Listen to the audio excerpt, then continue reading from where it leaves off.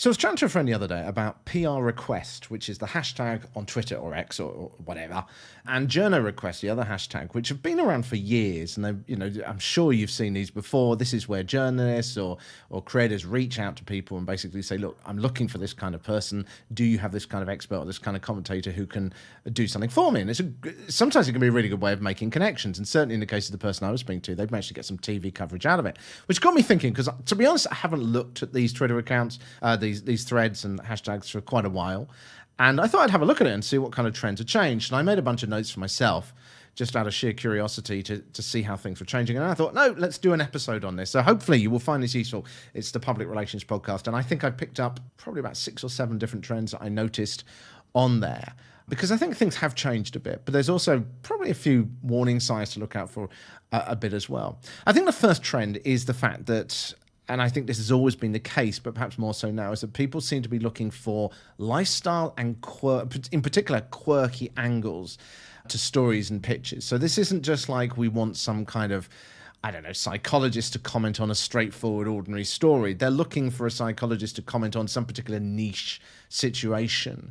It's not just like sort of looking for a dietitian to talk about, health in 2024. It's about looking for a dietitian who's looking at health in 2024 for 14-year-olds who have obesity and some other conditions. So it's become a lot more sort of specific. I say quirky in the sense of more niched, rather than necessarily being fun. Although you're definitely seeing a lot more of these sort of stories where they're looking for people such as, do you have a relationship where you're married? I saw one on there, which was, do you have a relationship where you've been married for many, many years, but you live apart? So I'm certainly seeing a lot more unique angles. And that perhaps presents a challenge when you're trying to pitch an idea to these people, because you've obviously got to try and match what you're doing to that specific question that they're asking. We've all heard the common stories, the common comments, how many people have we heard saying, you need to get healthier, or you need to eat 5 veg a days or stuff like that? That's boring now. People have heard it too many times. They're looking for those unique angles now. But I think if you can take what you're doing and you can bridge it, I've talked about this in the podcast before, if you can bridge your story over to what they're doing. I've had some success with this in the past. If you can bridge that over and you can find the hooks that match into what they're saying, then you could, still have quite a bit of success. The next thing I've seen is timeliness. Now, there's definitely a mix of stuff on there. There are people that look like they're writing magazine articles for a few months down the line, in which is great. But there's also people who are saying, look, I'm writing an article for a national daily newspaper. They could well need it for this Sunday, or they could need it today. So as always, being able to respond to these fast is clearly just as important as it always was. If it's April the 15th and they're saying, I need something now, they mean they need it today. And also what they're talking about as well is that they don't just need a comment. They don't need a press release. They don't need you to sort of go, oh, I might have someone next week. They need someone to comment now. So be aware of that timeliness and be ready for that. One of the most frustrating things we used to get in newsrooms was that people would pitch a great story. You'd contact them, or often they didn't have the contact number, but if they did, you'd contact them, and then they wouldn't have someone available to do a comment. And this was on live rolling radio news. So you needed someone now. There's certainly a lot more. Next trend I saw was in terms of direct opportunities for experts. So I think it's probably helpful if you're handling multiple clients. I think is definitely a sign. I saw some sort of PR agencies and PR and publicist professionals who were engaging more with some of these and saying, look, I've got someone.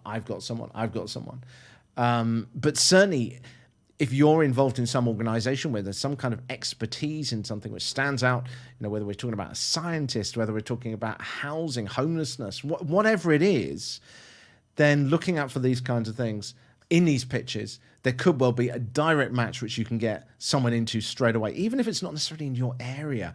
Geographically, it might be somewhere that you can comment and get involved in some kind of national story very quickly. I saw one, what was it they were saying? It was, I need a psychologist to provide a comment for a news feature about knife crime ASAP. They need it now. They need someone that's got some kind of clear experience. And talking about that, they're looking for credibility. They're looking for expertise. Now, they're not going to say this in the tweet, but when I was looking through this with my journalist head on, the first thing I'm doing is going, okay, someone's reached out to me. They've said, I can talk about this. I've got a comment. the first thing you do is click on that and you have a look at their profile, and then you try and find out who they are.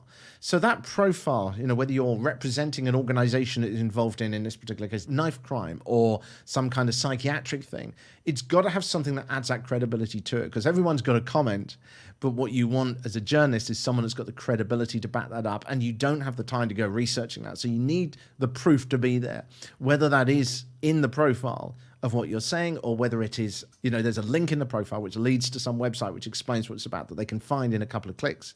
One of the things I noticed with publicists who were putting forward different experts, different stories, is that when you click on their Twitter profile, they say, publicist for these sorts of topics as featured in these publications. And immediately you're going, okay, well, if they've been in those, they must be credible. So it's about adding the credibility to what you're doing as well. So, for example, if we go back to some kind of medical charity or something like that, it's like, well, where else have you been published? How can you get that into the Twitter feed, into your profile, or how can you link immediately to a page which explains your credibility so that they can immediately say, okay, this sounds like someone that I want to get in contact with. So there's definitely that opportunity there. Another one I saw was kind of about fairly generic requests. So there was one that said something like, senior news reporter for this daily newspaper, do you have a powerful story to tell? Now, checking the credentials of the person, it seemed to check out. They do seem to be legitimate. But it does, you have to ask kind of, well, why are they looking for that? And I think one of the reasons that you see, particularly for smaller publications that are asking for these generic stories, is because budgets, as always, are really tight. So if you have got a good story that is going to match what they're doing, and ideally hooking into something that is happening now, today, or recently, that they're going to be already talking about, then, as always, the whole phrase of newsjacking certainly seems to be just as relevant as it always was.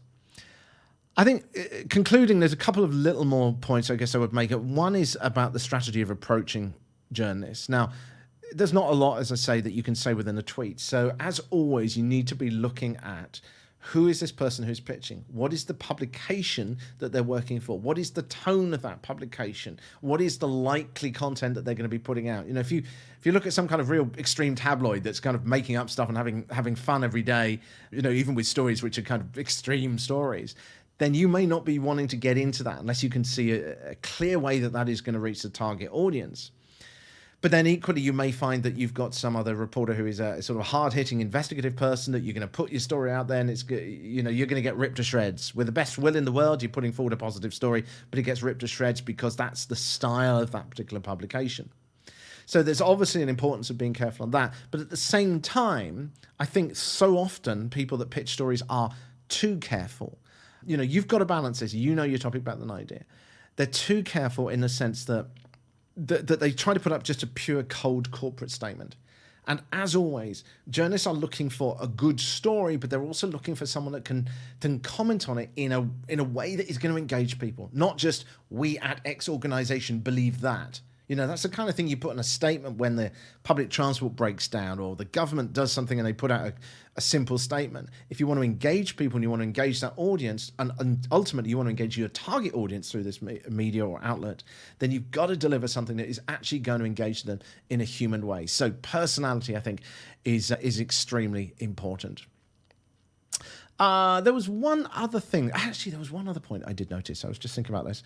Is that there was a couple of publications, quite a few actually, that reach out and say, we're looking for hotels or we're looking for restaurants and things like this. And I think certainly in the modern era, and we've talked about this with April White not long ago on the show, is that these publications are probably looking for some kind of affiliate deal now. So they're looking for these. They're looking for you to come forward. They're going to pitch their advertising thing. Yes, you're going to get coverage, but it's going to be on that kind of basis. I'm not saying that all of them are, but I think you need to be very aware when you get those kind of very generic ones like that, particularly the things where it's pretty obvious you're going to want to put, you're trying to promote what you're doing, that you've got to be saying, well, what is the deal here? What is actually going on?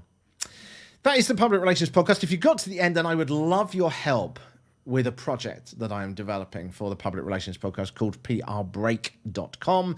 If you follow this show for a while, you know it's been through quite a few evolutions and different names, but right now it is a proof of concept. So it's got placeholder material, but everything works, and I would love to know what you think about it. In short, it is a 3 to 6 minute daily experience, which you can do in a coffee break that helps helps you sort of get it, practice comm situations before they happen. We have daily challenges. There's even a messenger system where you can actually reach out to the people who are involved in this project, which is some ex-editor, me, there's some ex-journalists and some PR people as well. So that's prbreak.com if you would like to reach out to that, and let me know which parts of it work, which parts of it you're not so impressed with, because I want to make something that is going to really work well for you and is going to help to support this show so that I can actually get back to doing some more regular content and really get focused on it.